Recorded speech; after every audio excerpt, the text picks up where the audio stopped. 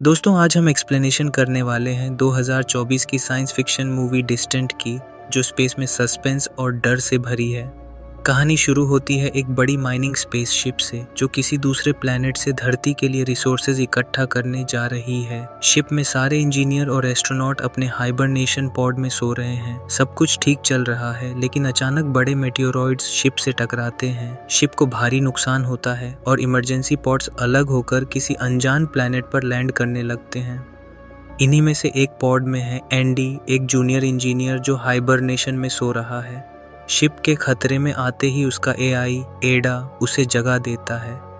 एडा उसकी space suit में ऑक्सीजन भरता है और रोबोटिक आर्म्स से उसे एक अजीब सा सूट पहनाता है।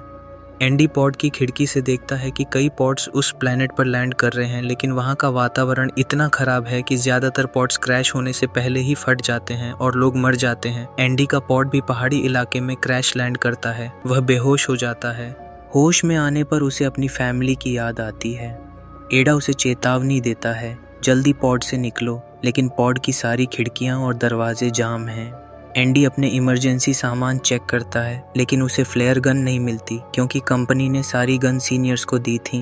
वह पास पड़ी हथौड़ी जैसी चीज से खिड़की तोड़ता है, पर टूटे कांच से उसकी स्पेस सूट फटने लगती है और ऑक्सीजन लीक होने लगता है।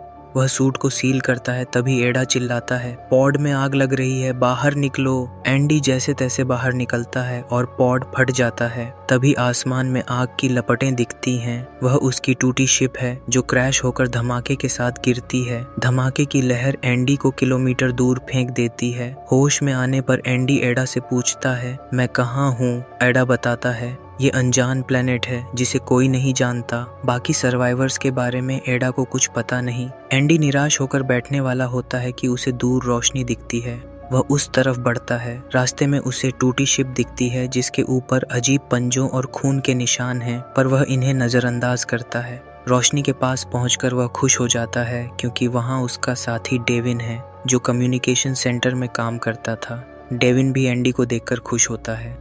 डेविन बताता है, मैंने धरती पर सिग्नल भेजने का सेटअप बना लिया है, लेकिन मैसेज पहुंचने में 8 महीने और रेस्क्यू शिप के आने में 2 साल लगेंगे। हमें 3 साल यहीं सरवाइव करना है। वह कहता है, मरे हुए लोगों के गोश्त से हम जिंदा रह सकते हैं क्योंकि यहाँ ठंड की वजह से बॉडीज खराब नहीं होंगी। एंडी उदास हो जाता है, लेकिन डेविन उसे हिम्मत देता है, उम्मीद रखो, हम वापस जाएंगे। तभी एंडी का पैर एक तार में फंसता है और सेटअप बिगड़ जाता है। वह तार ठीक करने जाता है, तभी एक बड़ा सा क्रिएचर डेविन पर हमला करता है और उसे ले उड़ता है। एंडी हैरान रह जाता है। वह डेविन के सेटअप से धरती पर मैसेज भेजता है और एक फ्लेयर गन ले लेता है। उसे कोई ठिकाना चाहिए, पर दूर दूर तक कुछ नहीं दिखता। एडा बताता है कि उसकी सूट में ऑक्सीजन कम है। एंडी गुस्से में चिल्लाने लगता है। तभी रेडियो पर नाओमी की आवाज आती है, एक सीनियर एस्ट्रोनॉट, जो कहती है, मेरा पैर पॉड में फंसा है, मुझे बचा लो। एडा स्कैन करके बताता है कि नाओमी का पॉड 2 दिन की दूरी पर है और इतनी ऑक्सीजन नहीं बची। नाओमी कहती है, मेरे पास ढेर सारी ऑक्सीजन है, आ जाओ। एंडी उसकी तरफ बढ़ता है। रात में उसे पीछे से गुर्राने की आवाज़ सुनाई देती है, पर अंधेरे में कुछ दिखता नहीं। एडा बताता है कि कंपनी ने जूनियर्स को पुराना एआई दिया जो अंधेरे में स्कैन नहीं कर सकता। एंडी को लगता है कि कोई क्रिएचर है, पर वह इसे वहम समझता है। आगे बढ़ते हुए उसे जमीन पर अजीब निशान और एक बड़ा गड्ढा दिखता है, जैसे मकड़ी का जाला। वह नाओमी को बताता है। तभी एडा स्कैन करता है कि कई मेंबर्स आसपास हैं, लेकिन कोई रेडियो पर जवाब नहीं देता। एंडी समझता है कि क्रिएचर ने सबको खा लिया। वह हेलमेट की लाइट बंद करके छुप जाता है, पर क्रिएचर उसे देख लेता है। एंडी फ्लेयर गन से हमला करता है और रोशनी में क्रिएचर उसे और साफ देख लेते हैं। वह भागता है और एक पहाड़ी से गिर जाता है। हैरानी की बात, वह बच जाता है। ऊपर क्रिएचर गुर्रा रहा है, जिसके पेट में कई लोगों के सिग्नल हैं। एंडी की सूट फट चुकी है और ऑक्सीजन लीक हो रही है। वह सूट सील करता है। तभी रेडियो पर डेविन की आवाज आती है, मुझे बचा, मैं क्रिएचर से लड़ रहा हूँ। एंडी डरता है, लेकिन नाओमी उसे हिम्मत देती है। वह पहाड़ी पर चढ़ता है और देखता है कि डेविन 2 क्रिएचर्स से फ्लेयर गन से लड़ रहा है। एंडी को देखते ही डेविन विचलित होता है और एक क्रिएचर उसे मार देता है। क्रिएचर्स अब एंडी की तरफ बढ़ते हैं। नाओमी बाकी पॉड्स की लाइट्स ऑन कर देती है, जिससे क्रिएचर्स डिस्ट्रैक्ट हो जाते हैं और एंडी भाग निकलता है। वह एक खूबसूरत जगह पर पहुंचता है जहां पर्पल रंग के जुगनू उड़ रहे हैं। एक जुगनू उसके हेलमेट पर बैठता है और लाल होकर सूट को नुकसान पहुंचाता है और जुगनू भी हमला करते हैं। एंडी उन्हें हटाकर भागता है, लेकिन उसका पैर एक गड्ढे में फंसता है जो एक बड़े मुंह वाला मॉन्स्टर है। वह एंडी को निगलने लगता है।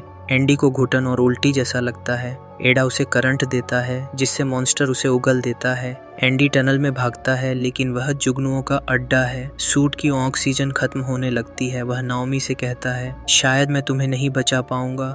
नाओमी कहती है, शिप पर जाओ, ऑक्सीजन मिल जाएगी। लेकिन एंडी नाओमी को बचाने का फैसला करता है। वह जैसे तैसे नाओमी के पॉड तक पहुंचता है। ऑक्सीजन खत्म होने की कगार पर वह बेहोश होकर गिरता है। नाओमी उसे अंदर खींचती है और ऑक्सीजन मिलने पर वह होश में आता है। नाओमी का पैर पॉड में फंसा है। एंडी इमरजेंसी किट से लीवर बनाकर उसका पैर निकालता है। नाओमी की टांग में हल्का फ्रैक्चर है, लेकिन वह बच जाती है।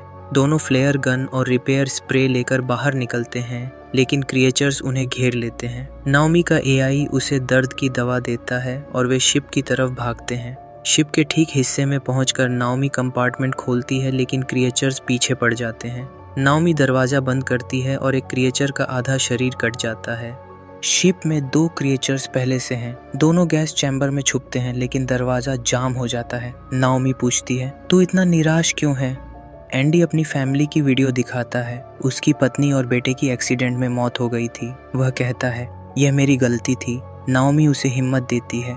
तभी वह नोटिस करती है कि जुगनू एंडी की सूट पर हैं। वह उन्हें दरवाजे पर फेंकती है, जो क्रिएचर पर हमला करते हैं। दरवाजा खुलता है और वे भागते हैं। नाओमी सुझाती है कि क्रिएचर को स्केप पॉड के नीचे कुचल दें। पॉड रिलीज होने में 15 मिनट लगते हैं। दोनों शिप के निचले हिस्से में पहुंचते हैं। नाओमी क्रिएचर को लुभाती है और एंडी पॉड रिलीज करता है, जो क्रिएचर को कुचल देता है। एंडी अपनी सूट की सारी एनर्जी पॉड में डाल देता है और बेहोश हो जाता है। नाओमी उसे मरा समझकर रोने लगती है, लेकिन वह होश में आता है। दोनों इमोशनल होकर चुप रहते हैं। तभी सुबह की रोशनी दिखती है। वे शिप की खिड़की से इस खूबसूरत खतरनाक प्लेनेट को देखते हैं। अगले 3 साल तक उन्हें यहीं रहना है, क्योंकि रेस्क्यू शिप तब आएगी। नाओमी एंडी का हाथ पकड़ती है और मूवी यहीं खत्म हो जाती है।